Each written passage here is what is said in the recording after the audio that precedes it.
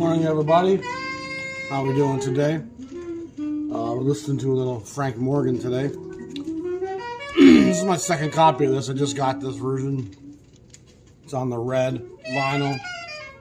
GNP number 12, which is right around the time GNP switches to 33 LP, or 10 inches before that. But it's a great record. It's probably not the best showcase for Frank Morgan's skill set, but he was kind of a young and unknown commodity. And he's playing with a fairly mixed group here, including the great Conte Candoli, who's been fantastic on the trumpet. And I always kind of notice him quite a lot. There's a lot of Latin flavor on this session. And Gene Norman, GNP, Gene Norman Presents. He was a concert promoter. That's what he did in Los Angeles. And he would put together these big concerts. He would often attract a large Latino part of the population. And so there's quite a bit of a Latin flavor on some of this stuff with the congas and the bongos and cool back. Some cool photos and stills of some of the various talent. But it's a nice session. Again, it would be nice to hear. I've heard this guy in an East Coast recording studio with, you know, the Blue Note Cats or some of the Riverside Side guys. But all the same, it's still a showcase for a young and up-and-coming talent who was anointed to be the heir apparent to the just past Charlie Parker in '55. And unfortunately, the pressure of that was too great. And the needle found the arm frequently, and he ends up in jail for quite a long time. And I already have a version of this. It's got masking tape around it. It's black vinyl. Doesn't sound great. This cover is definitely in better condition. And the vinyl's probably still a good plus, so it's not great, but this record can get quite expensive. They both play through, you know what I mean? But they got some clicks and pops here and there. But all the same, great player and a great legend. We're approaching the 1 month anniversary of the cafe being open. We're now 4 weeks and a couple days into it. And including with a holiday break in there, we had a really good first month. I think it's going to be pretty sustainable. The coffee element isn't a once-in-a-while thing. People get coffee several times a week, if not more.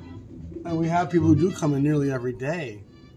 And then you get these people who come from a long distance to try to experience the atmosphere and the vibe and the music and know me through the channel or whatever, the YouTube, Facebook groups. So I'm happy to report that that's been going really well. And I'm getting a lot of time to listen, which has been nice. And some days when you're busy, you don't get to listen quite as much as you'd like. You're still hearing, but you're not listening. And then there's days where it's slower. I get the time to kind of really dig into some stuff. And really kind of sit there and soak stuff in. All the same, there's a lot of listening getting done every day. And it's a pretty wide spectrum, to be honest. You know, from hard bop all the way kind of to vocal poppy stuff, to some West Coast cool, hints of the avant-garde. I played Empyrean Isles, I think 3 days ago, and that was enjoyable, but it was pretty quiet in here at the time. But yeah, it's been fun, honestly. I really enjoy the interaction and the community, you know, just getting to chat with people and find out there's a lot of good people out here. You know, far more so than my living next to the bars for a couple of years and thinking that was the only slice of town that existed. It certainly turns out to not be the case. A fun set of records I unboxed yesterday, and I want to share with you. I just got these in the mail yesterday. A little Christmas gift to myself. Nothing crazy, you know what I mean? But some cool pieces, some gap fillers for me. And oftentimes, when you get 10 inches, you might already have the music on the LP. But, I mean, 10 inches are part of the story and part of the history and do help bring clarity and understanding to when sessions were from and who was on them and why this showed up on this label then, because they bought this label out at that point, so this is actually from a lot earlier. I mean, it does help bring clarity. So, I do buy a lot of 10 inches when I'm purchasing records. I love buying the 10-inch history. It helps me understand the early LP are even better. to see what's a new session versus what's being a reissued 10-inch. And you kind of get to know some of that from the LPs themselves, but the 10-inches certainly help clarify some of that, especially when there's label jumping going on. When the 10-inches are on one label and the LP stuff comes on a different label. This stuff, I'm pretty sure, is Savoy to Savoy. I mean, the vinyl's not pristine, but it's probably a very good plus. Old Savoy, the great Jay and Kai. This would have been fairly close to the beginning of their association together.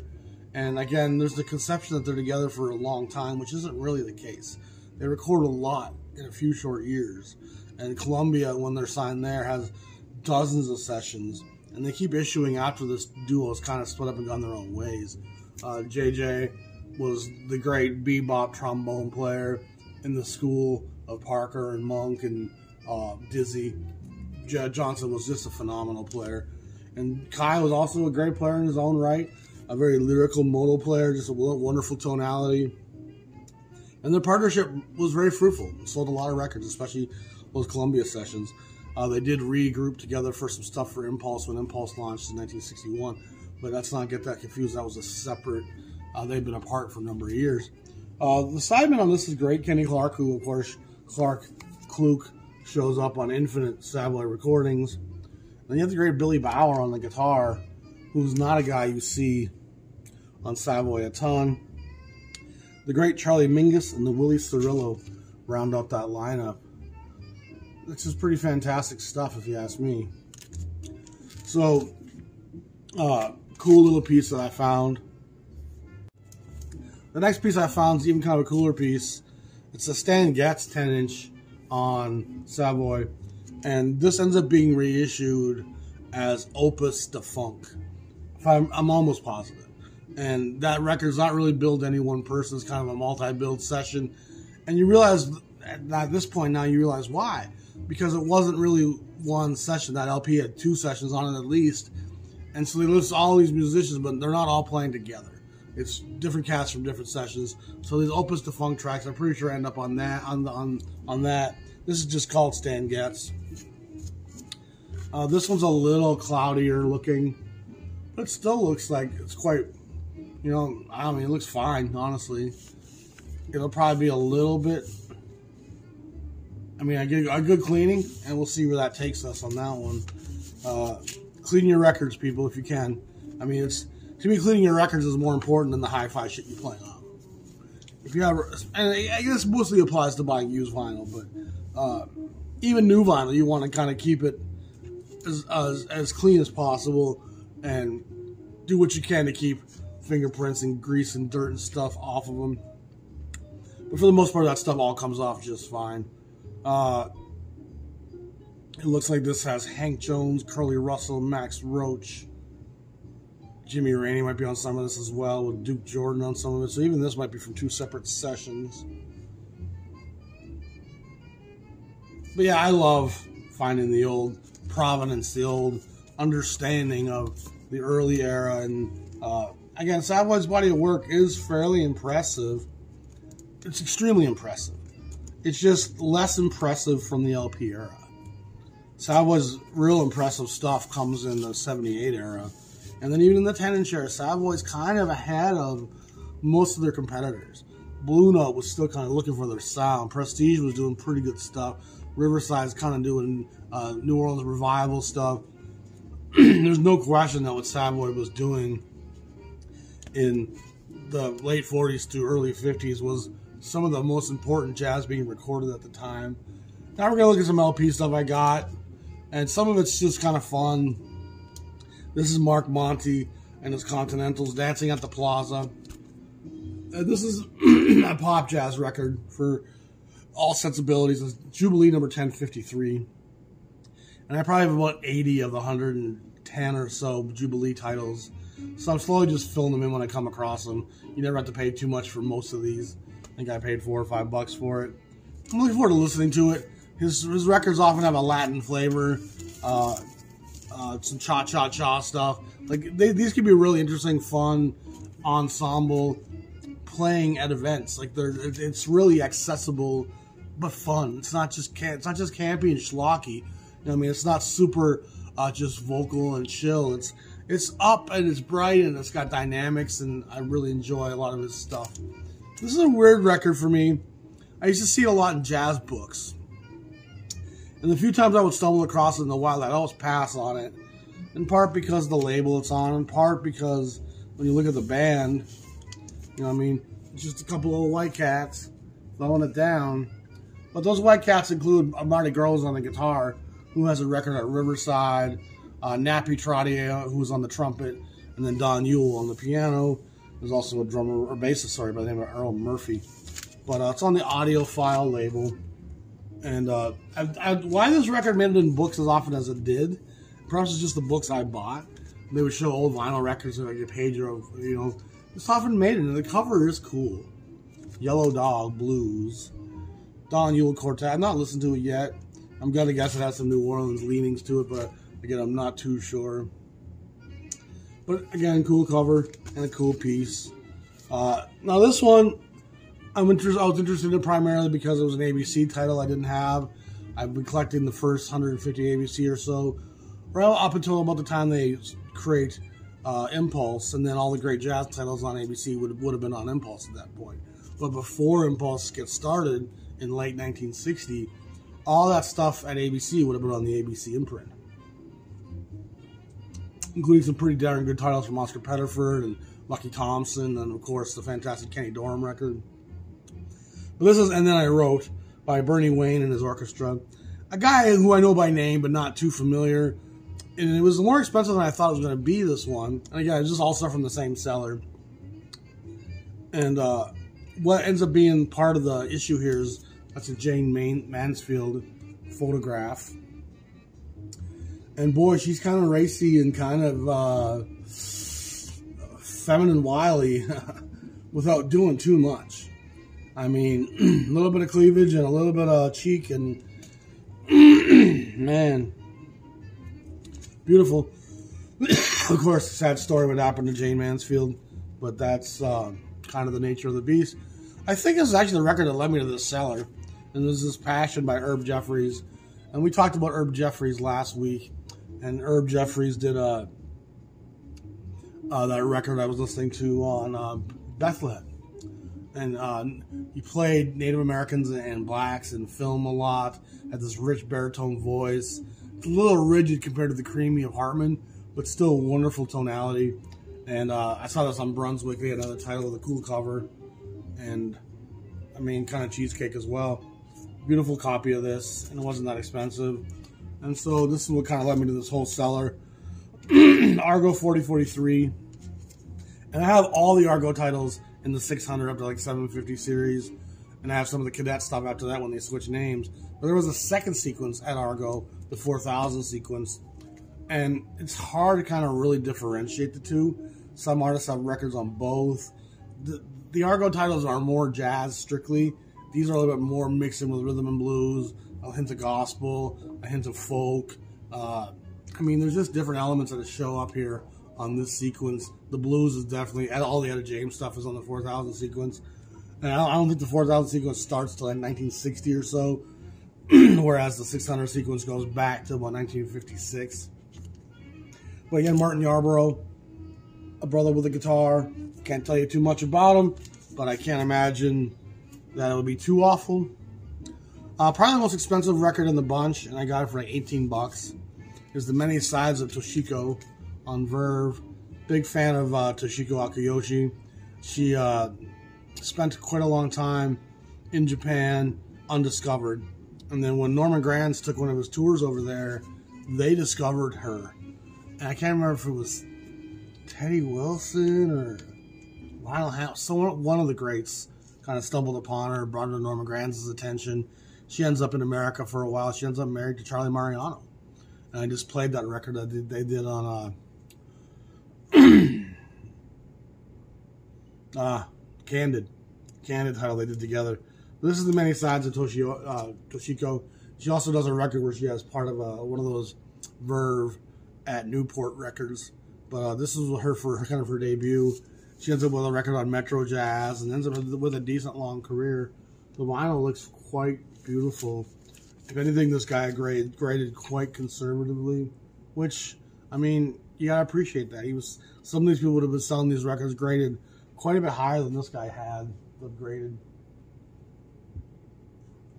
And the last thing I want to show you today in this set, in this purchase, was this Father Plays Fats, Earl Father Hines, who goes back to the 20s playing with Armstrong. Just a fantastic player. Again, on red vinyl. And the Fantasy label out of San Francisco, which was co-founded by Brubeck, and Cal Tjader was a big part of that label. Brubeck eventually leaves for Columbia. Cal Tjader kind of dominates the releases. There's a lot of cool in between the cracks stuff at Fantasy.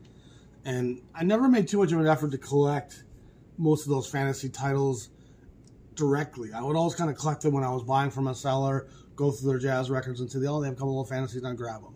But there was not a lot from that. I was like, well, I need to go get this right now. And slowly I've been kind of filling in most of that first 100 titles that they have. And there's a few early things I'm still missing. Quite a wide range of sounds at Fantasy. From doing stuff that's quite, what's the word I'm looking for? Hold on a sec. Mambo. I couldn't think of that word. I kept wanting to say mango. Mambo. There's a lot of kind of mambo stuff. Tjader, of course, was the greatest white Latin jazz player of all time. Of course, Brubeck stuff didn't really go in that direction, even though they played together at times early on, Tjader and Brubeck. Tjader was a drummer as well as a vibraphonist. But Father was a great, great player. And when you stumble on Earl Father Hines records anywhere, you should grab them.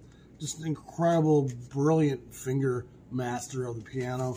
Again, on red vinyl, which a lot of Fantasy stuff was. They had a lot of their stereo stuff on blue. They had green on some albums. So there's a few early Fantasies I haven't collected. This is number 3-217. So number 217, basically, or 3217. They eventually take the dash out of there. So, again, great label, great cover, great player. So that wraps up that buy. Some cool stuff there. So, I'm going to leave today's episode with you right there and get back to doing coffee shop stuff. You all have a great day. Be safe. Subscribe to the channel. This is the channel where we talk about jazz in a deeper sense. We don't just sit talking about new releases and vinyl pressings and the cost of things. We like to talk about the music and the artists and give some history and background. And it's always good to know where musicians come from and who they played with and what doctrine they were kind of eschewing to. And so I love to dig into that kind of stuff. I got these last week. And boy, you kind of forget how great a player Maynard Ferguson was. The guy is incredible. This is stuff I also had on LP, but they have the 10 inches of that. It's really nice. And then I do want to mention this. I couldn't find my Nat Cole that had Nature Boy on it when I made the episode about Nature Boy. And Bobby Darin's version, I think, is the seminal version for me. But Nat Cole did have a huge hit with Nature Boy in the 40s. And, I mean, it's a nice version. I ended up getting this Nat Cole 10-inch with his trio. And there's some fantastic Oscar Moore guitar on some of this stuff. And what a fun record this was. Straighten Up and Fly Right was just killer. You call it Madness, but I call it Love. Route 66, Lush Life is Gorgeous. G Baby Ain't It Good to You. The whole thing is it's a fun collection of his Capitol recordings. Again, that's on 10-inch. This one happens to be pristine. I got this from the Philadelphia store on Discogs, and they're so good to me. They have great stuff. Fantastic little Nat Cole collection. And again, definitely worth mentioning that Nat Cole was one of the first guys to do Nature Boy and really have success with it. So that wraps up today's episode. Y'all be safe, stay warm. Prayers and loves and peace to all my friends out there. Subscribe if you haven't, hit that like button, share this channel, and we'll talk to y'all soon. And come visit me in the coffee shop when you have the chance. Peace.